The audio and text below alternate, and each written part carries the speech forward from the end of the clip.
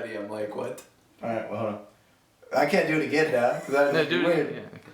Yeah. Ooh, ooh. What up, people? It's Eric and Geoff here again with you to break down what's been going down in MMA.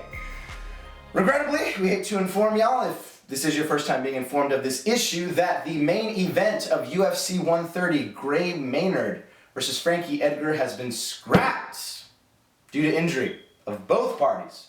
Frankie Edgar has sustained a back and rib injury, and Gray Maynard has unfortunately sustained a knee injury.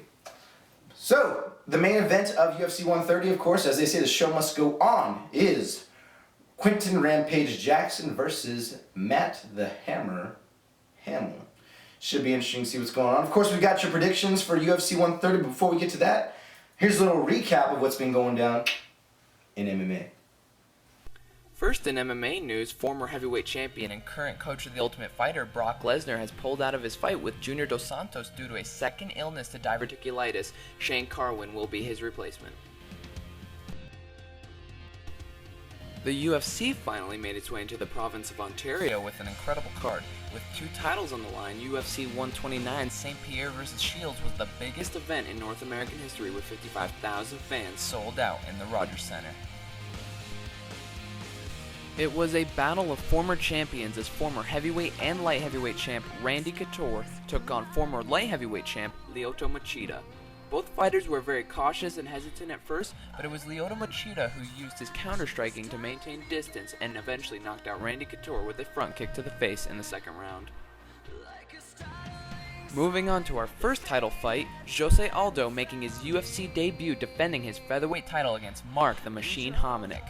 This was clearly fight of the night and possibly fight of the year. Jose Aldo used great combinations, leg kicks, and takedowns to capitalize on Mark Hominick and successfully defended his featherweight title. And now on to our main event, the second title fight of the evening. Georges St. Pierre defending his welterweight title against former Strikeforce middleweight champion Jake Shields. Now this wasn't the best fight I've ever seen, but it was good to see that Georges St. Pierre fought and continued like a champion after suffering an eye injury early in the fight, and showed that he's a true warrior and successfully defended his welterweight title. Thanks for watching. You've just been updated. Thank you, Geoff, for that recap on MMA news. You're welcome, Eric. Thank you. Yes, sir. Now, for our predictions of UFC 130, here we go. Of course, as I'm sure many have been excited to see, we do have Frank Mir versus Big Country Nelson. I think it's going to be a really awesome fight. Geoff, how do you see that one going?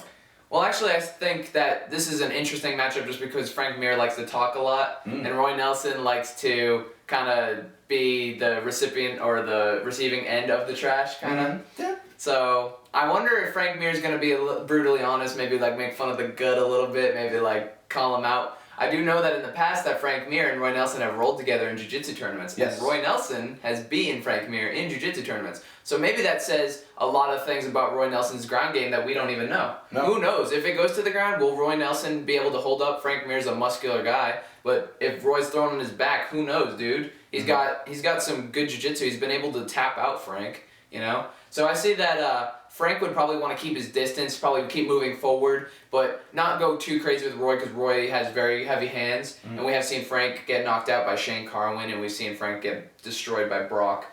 So Frank would probably be smart to keep it on the feet for the first 2 rounds maybe, and then try to take him down at the end and maybe grind him up a little bit. But Frank Mir is always looking for that finish. He always likes to submit his opponent. Roy Nelson always looks for that knockout. So it'd be interesting to see what's going to happen, if it's going to the ground or not. Eric, what do you think is going to happen? Yeah, you know, like you said, I thought it was really interesting. I did see the videos on YouTube with the tournaments they were in. I thought it was really interesting. Of course, it's funny because Big Country didn't look so big in those videos, so that's something to take into account. That was a long time ago. Yeah, I do think, you know, Mir's put on a lot of muscle. Nelson's put on, you know, A lot of fat. mass, however you want to call it. So I mean, it's going to be interesting. Like you said, I think Frank Mir is a more diverse striker. Big Country has been known to want to stand and bang. And if it goes to the ground, yeah, he does have a heck of a chin. Yeah, I mean, got pounded by Dos Santos, didn't get knocked out. again, if it goes, I really hope it goes to the ground because, I mean, personally, I love seeing fights go to the ground. I'd love to see them go to the ground because it'd be interesting either way. I think Frank Mir, with his strength, being able to sink in a guillotine or something, I think would really be able to pull off a submission. But at the same time, I mean, just like those who watch The Ultimate Fighter with Roy Big Country Nelson, if he gets that gut on top of you, you know what I mean? It could be a long night. So, yeah, I think my predictions on this one, I really think, I do think in the end I'm going to have to give it to Frank Mir. And I do think he's probably going to win. I'm going to go decision. I'm going to go decision as well. I would love to see a finish. But also, I'm kind of curious because a lot of people do not know Roy Nelson. And when they saw him on The Ultimate Fighter, they didn't know who he was. But he was actually a former champion in another organization. And he was doing very well. But Roy Nelson has been known to kind of have very good, I don't know.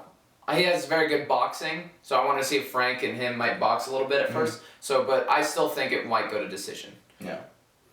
Yep. And the second event of that card, well, actually the main event of that card, as I'm sure everyone's excited to see, you know, is actually Quinton Rampage Jackson versus Matt the Hammer Hamill. Jeff, how do you see that one going down?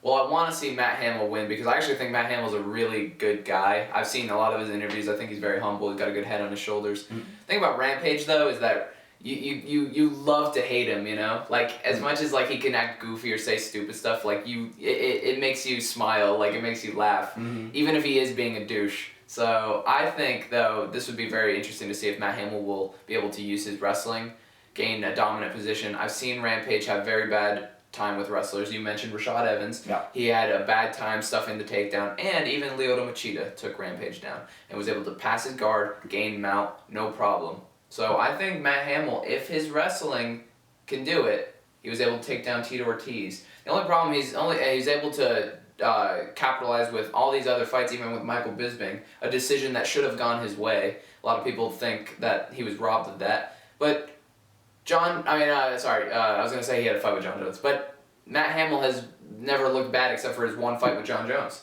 He's been looking really good. So I see Matt Hamill capitalizing for the first round, maybe waiting and being patient and then taking Rampage down, breaking his will. But I see Hamill winning by decision. I don't see him finishing. And, you know, Rampage has obviously a heavy hand, so he can catch you and blah, blah, blah, but he hasn't been able to do that lately. So we'll see what happens, you know. What about you, Eric? Yeah, you know, I mean, I kind of agree in some ways and I kind of disagree. You know, as far as looking at the fight with Rampage and Lyoto, I can't really look at that just because Lyoto has a bizarre fighting style, so I don't know if you can really see what was going on there. I look back to what happened with Quinton Rampage and Rashad, and I wonder how much of that you really contribute to Octagon Rust. So really, I do think that Rampage is actually going to come out and I think he's going to come out, dude, and I think he's going to look good. I think he's going to stand and bang. I think he's going to defend the takedown. And honestly, I think Rampage is going to win this one, man. I mean, probably decision, but I can also see him, I think I can also see him winning by knockout. Yeah. Yeah. It'd be interesting. Yeah. So those are the main ones there. Of course, another one, guys, that's on the card there, we do also have Rick Story versus Thiago Alves. You know, for the most part on that one, the way I see that one going down personally, it's just what happens, you know. I think if Rick Story tries to utilize his wrestling, that he can beat Thiago Alves, but if he tries to stand and bang, put on a show, as some guys say they want to do, I really think that Thiago Alves is going to put on a Muay Thai clinic on Rick Story. So it's going to be interesting to see what happens on that one. I would like to update everyone also on John Jones. Originally, after he beat Shogun, was scheduled to fight his former teammate Rashad Evans. John Jones had to get a surgery for a torn ligament between his thumb and index finger. Went to go see the doctor in Vegas. The doctor said surgery was not necessary, so he decided to opt out and not take the surgery. Rashad Evans, who was scheduled to fight him, now thought he was on the waiting line because he thought he was going to get surgery, was scheduled to fight Phil Davis. Now Rashad Evans thinks John Jones is ducking him because he didn't take the surgery. So he's going to fight Phil Davis in Philadelphia, I believe, for the co-main event, which is also going to be along with Jose Aldo versus Chad Mendes, which would be a great matchup. That should be a good fight, yeah. So yeah. Well, guys, that's pretty much all we got for you. Thank you for tuning in. Hope to see you guys next time, and stay tuned for what's going down in MMA. Take care. Peace out.